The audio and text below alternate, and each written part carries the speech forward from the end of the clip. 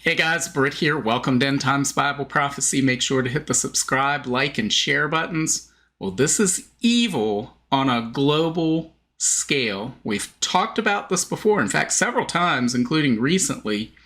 But now, as we'll see, this is going global.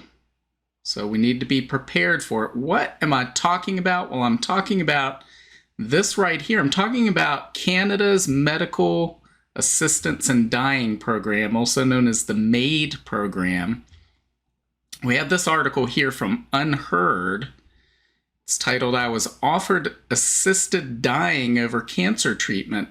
In Canada, a broken healthcare system is killing patients."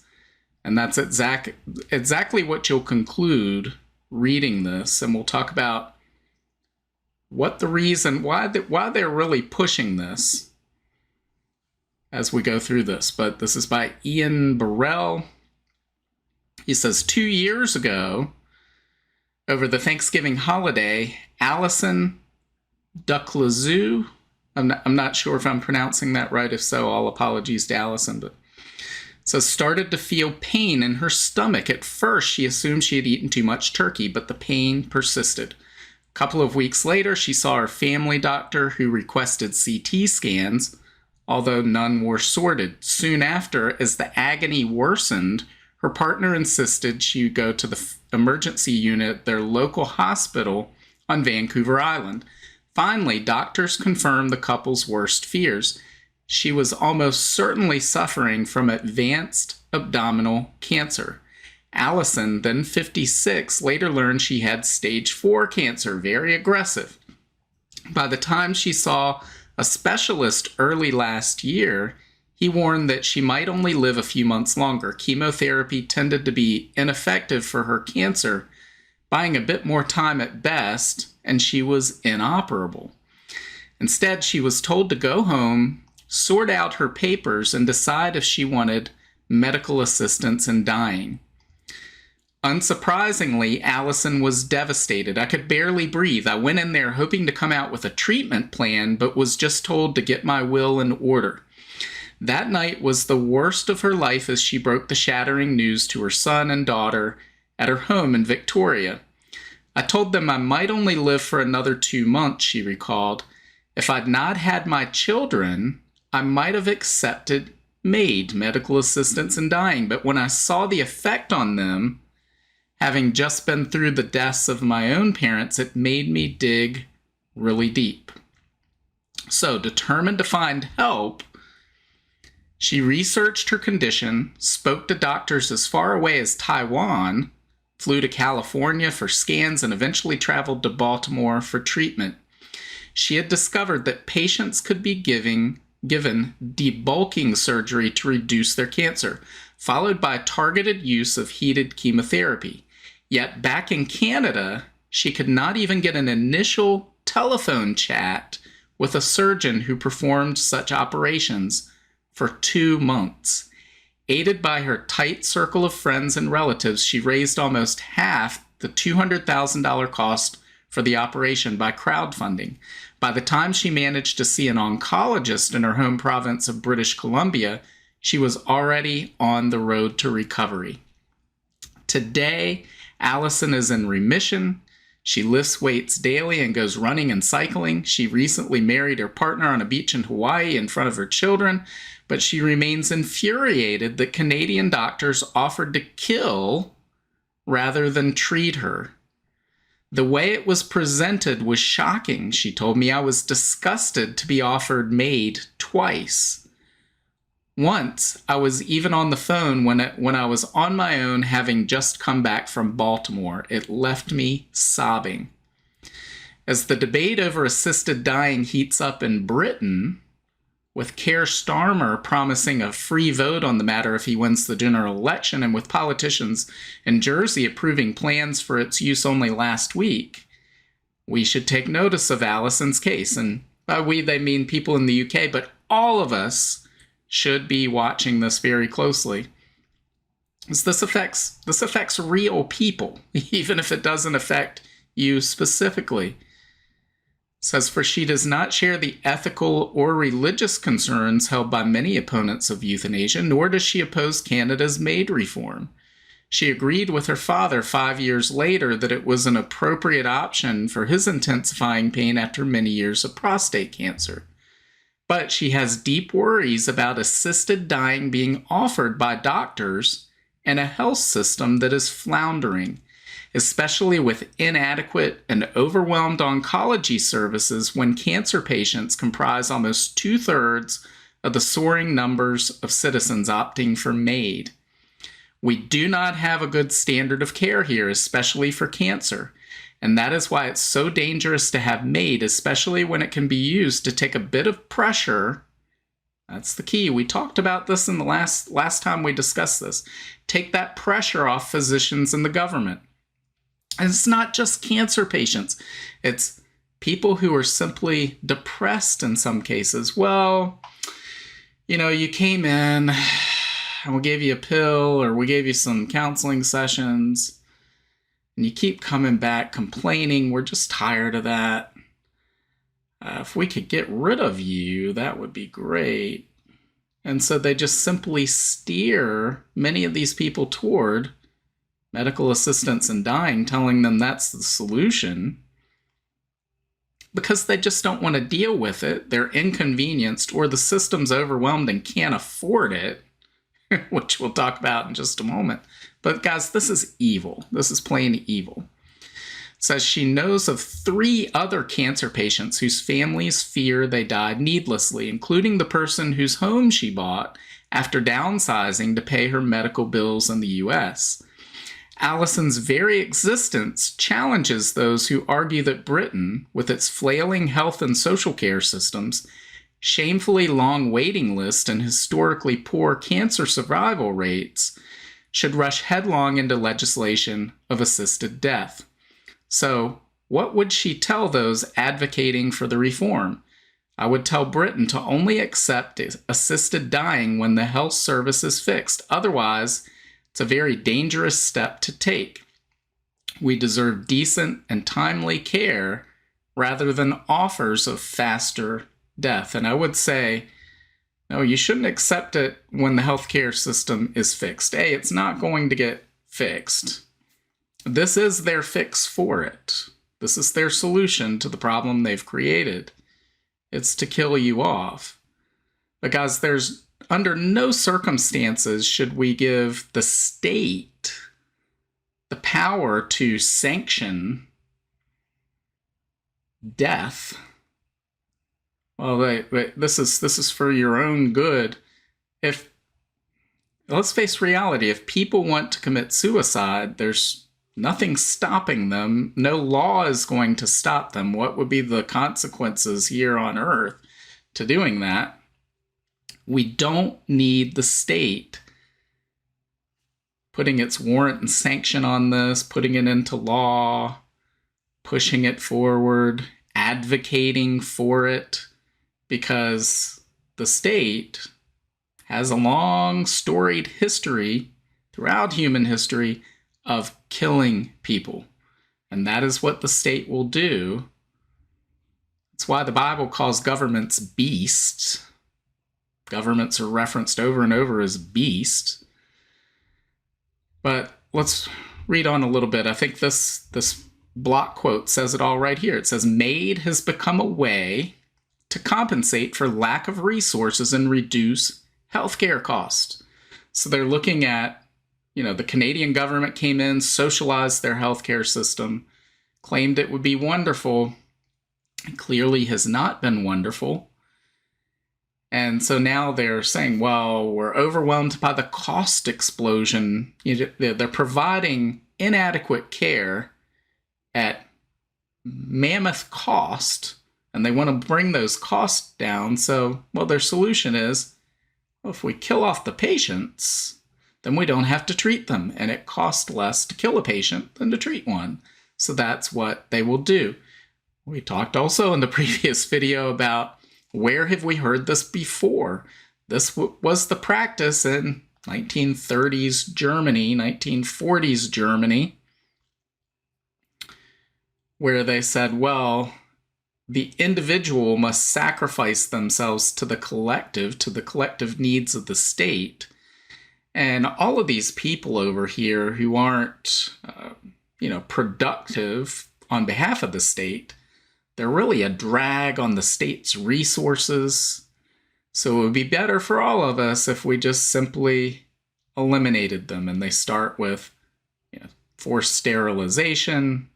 And then it became, well, the humane thing to do would be to just give these people an injection and then take them to the cemetery. How is it any different? And the state is saying that its lack of resources is the reason to do this. It is no different.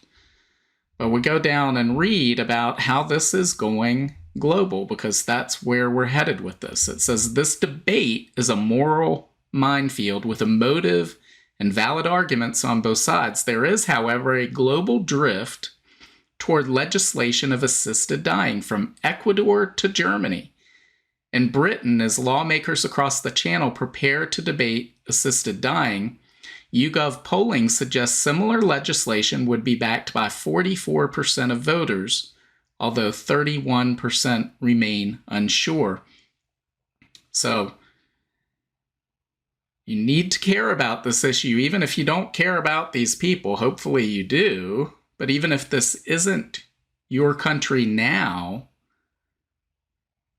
they're trying to take this global. Who is the they? Well, we'll talk about that in a moment. I think we ultimately know who the they is. Who likes to destroy? The Bible tells us that. But let's see how this article concludes. It says, Christopher Lyon, a social scientist at the University of York, believes Britain should be very cautious in following Canada's lead after witnessing his father's assisted death in a drab Victoria hospital room in the summer of 2021.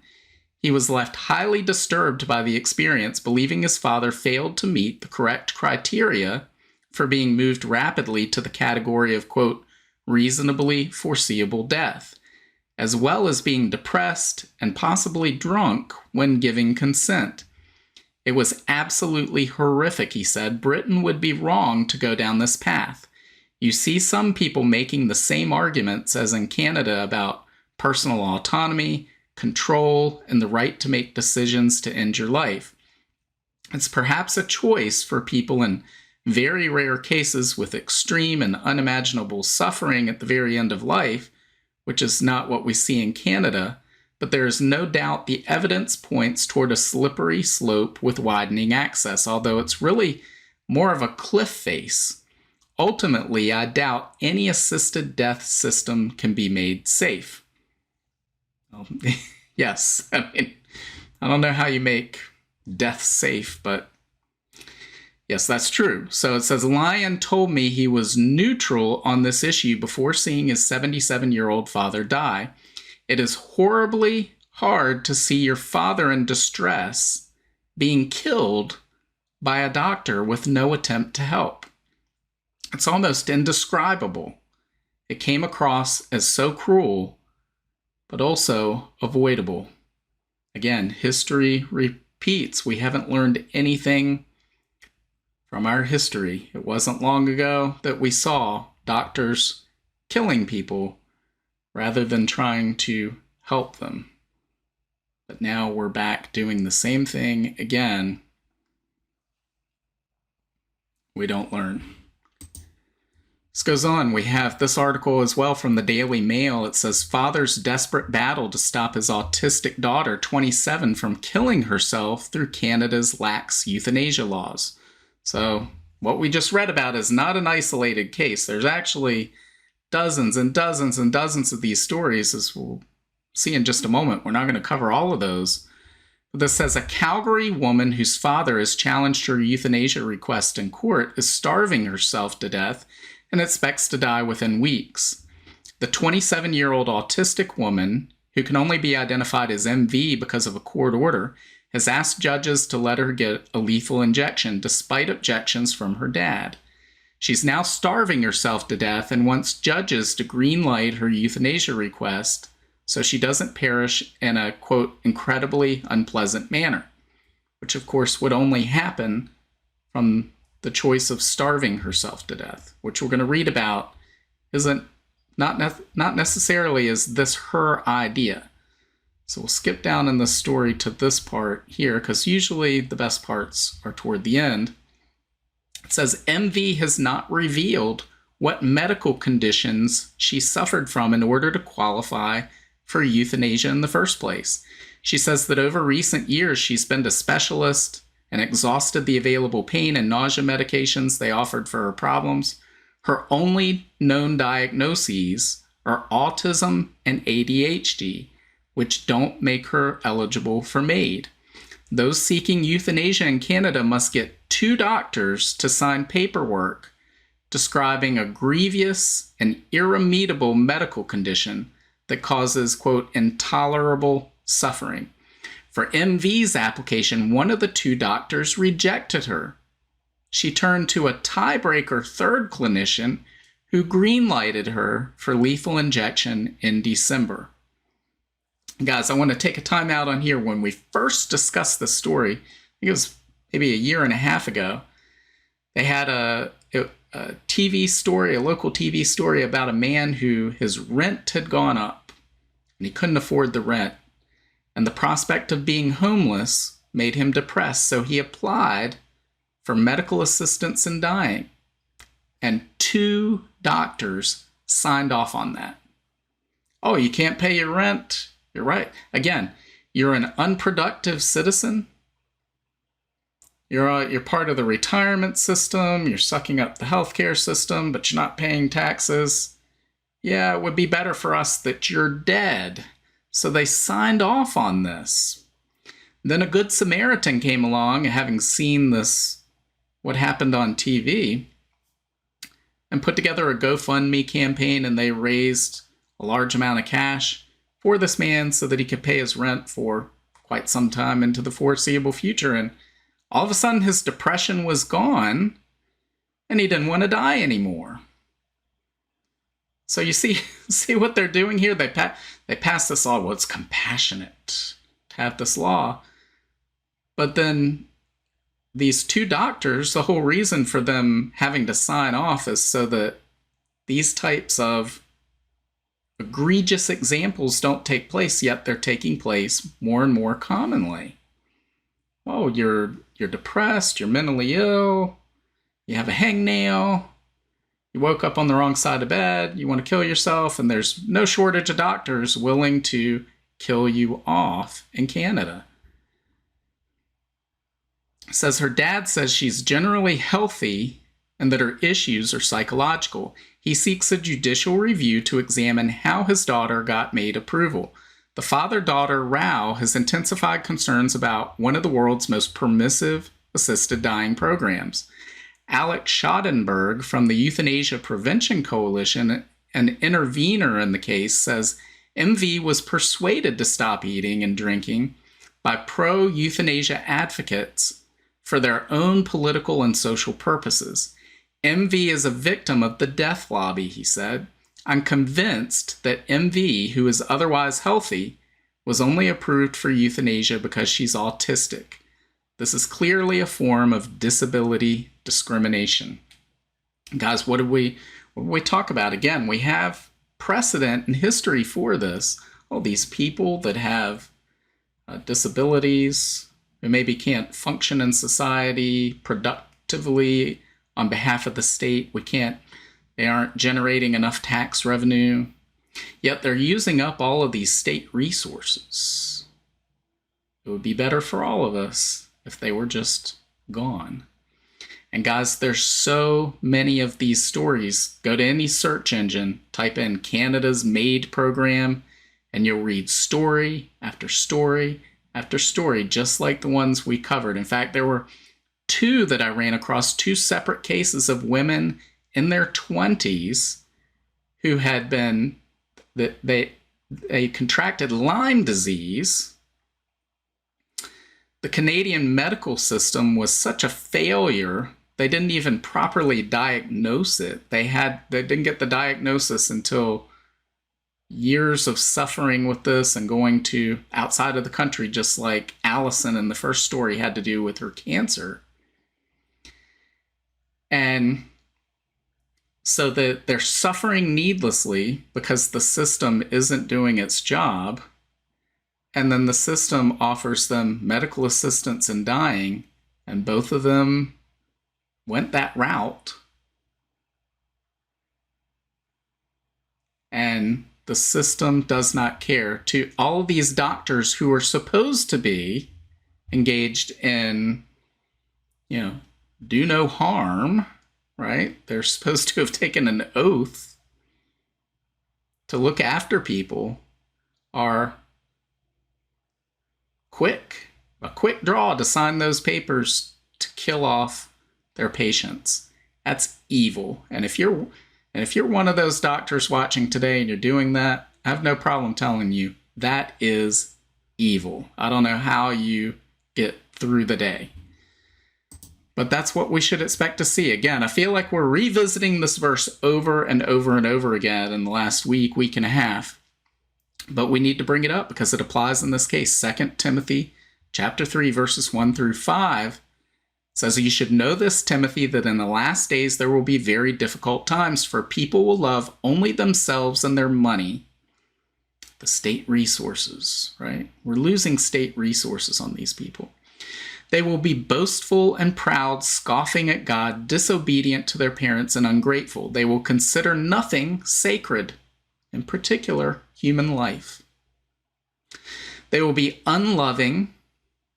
I don't know how much more unloving you can be than when somebody comes to you and says, "I need help." And you go, "I'll kill you off." Right? I could help you, but it'd be really inconvenient, or it would cost the state a lot. It'd be better if you just died. "They'll be unloving and unforgiving. They will slander others and have no self-control. They will be cruel." This is we just read with the man talking about watching the doctor kill his father. "And hate what is good. They will betray their friends, be reckless, be puffed up with pride, and love pleasure rather than God. They will act religious, but will reject the power that could make them godly." Stay away from people like that. Guys, I have no doubt we are in the last days seeing these things play out. Again, this is a global issue. This isn't a problem Canada faces alone. Many nations already have similar laws. Many nations are trying to put similar laws into place. And there are efforts underway to put similar laws in place everywhere, all across the globe. Why is that? Why are we seeing that? Well, the Bible tells us right here in Ephesians chapter 6, verse 12, it says, "For we are not fighting against flesh and blood enemies, but against evil rulers and authorities of the unseen world, against mighty powers in this dark world, and against evil spirits in the heavenly places." Guys, Satan is behind all this. Satan and his minions are the ones that are looking to do this. As Jesus said, he's a destroyer. Satan loves to destroy. He's a roaring lion roaming the earth looking for who he might devour, both spiritually but also physically as well. He loves what's happening in Canada right now, and he wants to spread it all around the globe. And we need to be standing against it. We need to be standing up for the mentally ill who can't stand up for themselves or don't have the capacity to stand up against this. We need to be fighting back and exposing what's going on to our friends and our family so they understand when they come to your country and say, "Hey, we want to institute this," say, "Let's look at some of these stories of where this leads." And the path is even darker. If you continue going down that path, it becomes even darker. Again, we saw how this ended before. It began in the same way, and it ended horrifically. Satan was behind all that happened in the 30s and 40s as well, and he's behind this as well. Now, you might be saying, Britt, I'm tired of all of these negative, scary stories. I'm afraid, I'm fearful. Seen some comments to that effect recently, and it's not my intent in putting these videos out. But if that's really how you feel, I'm not really sure how to respond to that. Because, guys, we are in a battle. As we just read in Ephesians 6:12, we are in a battle. We're in the middle of war. And that war will not come to its conclusion until Jesus Christ returns to this earth, or we get taken out of this earth, either through rapture or death. None of us know what day will be our last. But until then, we're in the middle of a battle. That's why daily life is a struggle, and we have to deal with all of these things. Should we ignore the evil and not talk about it? I think we need to expose it. We need to shine the light on it. That's how you extinguish evil and darkness, is by shining the light on it. And guys, if you're fearful, the Bible tells us we should not be fearful. Guys, we should have our eyes fixed on Jesus Christ. We have hope. In the midst of all the evil that's taking place in this world, we have hope. And that hope is in Jesus Christ, and we will not be disappointed. The Bible promises us, if you put your hope in Jesus Christ, you will not be disappointed. So all the evil we see going on right now, it's part of a battle, and we need to fight in that spiritual battle. It's time to toughen up and fight and stand for righteousness and fight back against all of this evil that Satan and his minions are trying to perpetrate on the world. But guys, know that all of this is temporary. Jesus Christ has already won the victory, and he's coming back. There's a limited duration to this evil and suffering.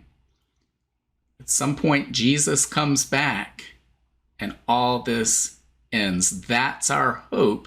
That's why you should have no fear. You shouldn't be afraid in the face of all that we see.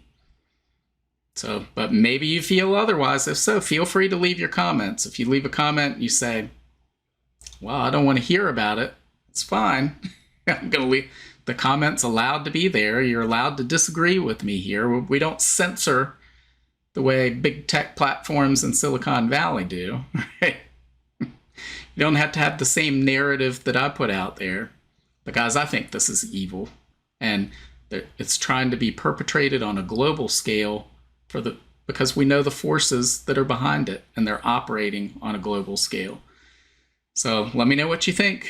Leave your comments below. Make sure to hit the like, share, and subscribe buttons.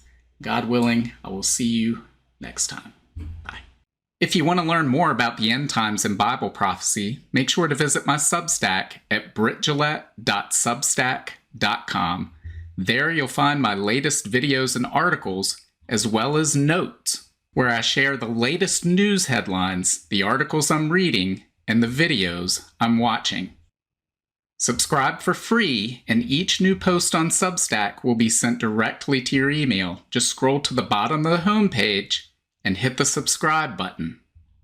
As an added bonus, your first welcome email will include a link to a copy of my free ebook, 7 Signs of the End Times. Also, make sure to check out all of my books. Just look up Britt Gillette on Amazon, Barnes & Noble, Apple iBooks, Google Books, Kobo, or anywhere books are sold.